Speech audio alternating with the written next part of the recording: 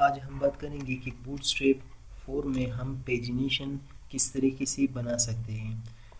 पहले मैं आपको बताऊं कि पेजिनेशन होता क्या है। अक्सर आपने देखा होगा कि हम जो ऑनलाइन चीज़ें बनाते हैं उसमें जो हमारा एक मिसाल के तौर पर एक पेज फिल होता है, तो मैं चाहता हूँ कि जो दूसरी वाले पेज पर हम जाए या किसी मूवीज़ का पेज हो या जो भी हो, तो हम वहाँ पर अक्सर नंबर देखते हैं कि 2 और 3 और 4 और इस तरह की कुछ एरोज भी देखते हैं हम यहाँ आगे जाए, तो उसको हम कहते हैं पेजिनेशन। अगर फिर भी समझ ना आए तो मैं यहीं पर बना के देता हूँ और फिर देखते हैं कि आप किस तरीके से उसको कर सकते हैं। तो मैं यहीं पर एक यूएल बनाऊंगा और उस यूएल में एल बनाऊंगा और इसके साथ अंदर वो लिखूंगा। तो इसी से मैं कुछ कॉपी कर ले, इसका कॉपी कर लेता हूँ। कॉपी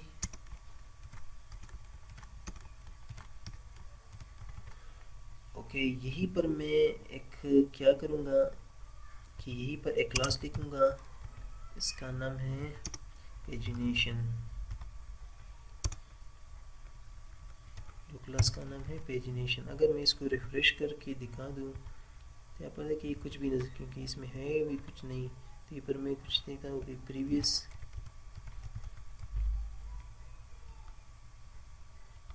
सॉरी, और ये पर मैं लिख दूँगा कि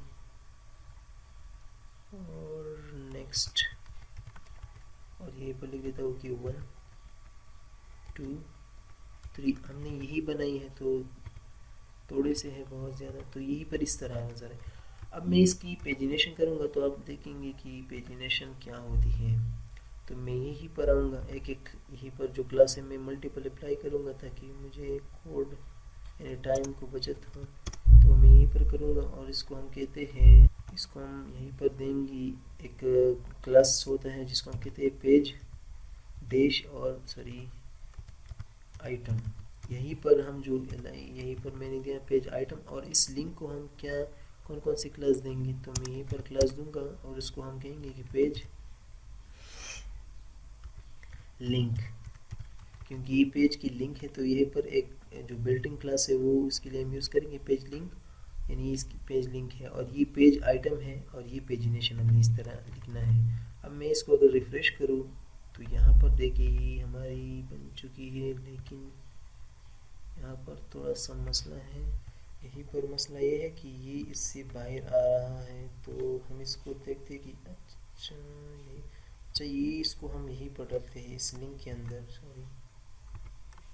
तो यहीं पर 1 है, 2 है, 3 है, इसको मैं हटा देता हूँ और ये सॉरी इस नेक्स्ट को भी यहीं पर लाऊंगा, यहीं पर इस लिंक के अंदर, और मैं इसको अभी रिफ्रेश कर लेता हूँ। तो यहाँ पर आप देख सकते हैं हमारी पेजिनेशन बन चुकी है। मैं चाहता हूँ कि कोई एक एक्टिव हो, मिसाल के तौर पर 1 नंबर एक्टिव हो, तो मैं यहीं पर एक क्लास दूंगा जो 1 नंबर है यहीं पर, जिसको हम कहते हैं एक्टिव। एक्टिव मैंने दिया और जैसे मैं इसको रिफ्रेश करूँगा तो यहाँ पर आप देख सकते हैं ये एक्टिव है। और इस तरीके से हम इसको एक को डिसेबल भी कर सकते हैं। मैं चाहता हूँ कि इसको डिसेबल करें, या एक और बना लेता हूँ वहीं पर, और मैं यहीं से कुछ कॉपी कर लेता हूँ ये दोनों, और इसको इसको वो वैल्यू हम वो देंगे, ये 5 हो जाएगा और ये 4 यानी 4 हो जाएगा।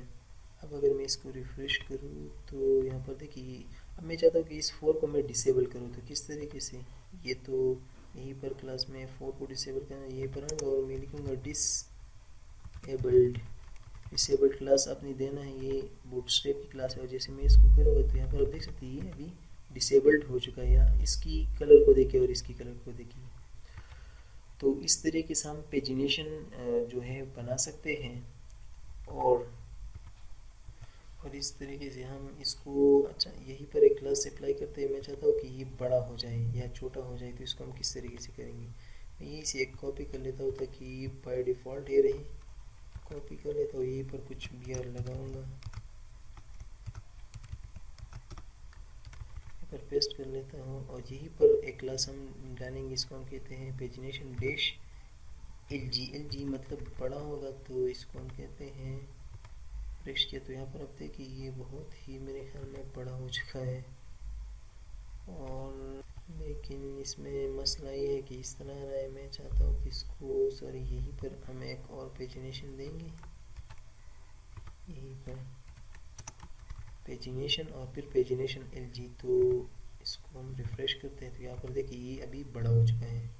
ये जो था नॉर्मल था, अब मैं इसको छोटा भी कर लेता हूँ, छोटा भी इसी में कॉपी कर लेता हूँ और छोटे को मैं यहीं से पेस्ट कर लेता हूँ। यहीं पर क्या करूँगा, SM करते हैं स्मॉल के लिए, LG लार्ज के लिए, और इसको मैं रिफ़्रेश कर लेता हूँ तो यहाँ पर देखिए ये छोटा है, ये मीडियम साइज़ और ये बड़ा है।